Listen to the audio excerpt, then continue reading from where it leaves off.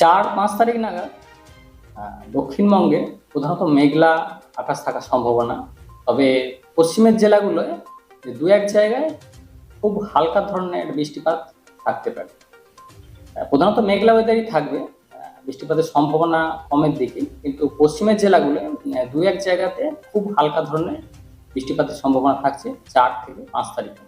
জলীয় বাষ্পের প্রবেশ কিছুটা বেশি রয়েছে এমনি, বা 4-5 তারিখ নাগাদ আরও হয়তো কিছুটা বাড়বে জলীয় বাষ্পের প্রবেশ বঙ্গোপসাগর থেকে, এবং সেই সাথে উত্তর পশ্চিমের হাওয়া এই দুয়ের ইন্টারাকশনের ফলে মেঘলা ওয়েদার থাকার সম্ভাবনা রয়েছে। আগামী এক সপ্তাহের মধ্যে খুব একটা কিছু ঠান্ডা সেভাবে থাকবে না, যদি কলকাতা পার্শ্ববর্তী অঞ্চলে বলা হয়। জাঁকিয়ে ঠান্ডা যদি বলেন, বর্তমানে যেটা চলছে তো বেশিই রয়েছে স্বাভাবিকের থেকে। কলকাতার ক্ষেত্রে প্রায় 4 ডিগ্রির কাছাকাছি বেশি রয়েছে। অন্যান্য জেলাগুলোতেও একই রকম, পশ্চিমের জেলাগুলোতেও 2-3 ডিগ্রি বেশি রয়েছে। তো এই চেঞ্জ কিছু হবে না আগামী এক সপ্তাহে, বা 4-5 তারিখ নাগাদ হয়তো আরো আবার সামান্য একটু হয়তো 1 ডিগ্রির মতো বাড়তে পারে। তো ইমিডিয়েট কিছু ঠান্ডা সেভাবে জাঁকিয়ে পড়ার সম্ভাবনা নেই আগামী এক সপ্তাহে।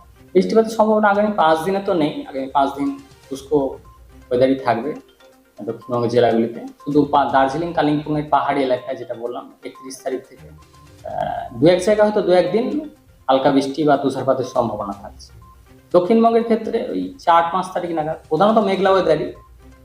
পশ্চিমের জেলাগুলোয় দু এক জায়গায় খুব হালকা ধরনের বৃষ্টিপাত থাকতে পারে 4-5 তারিখ নাগাদ।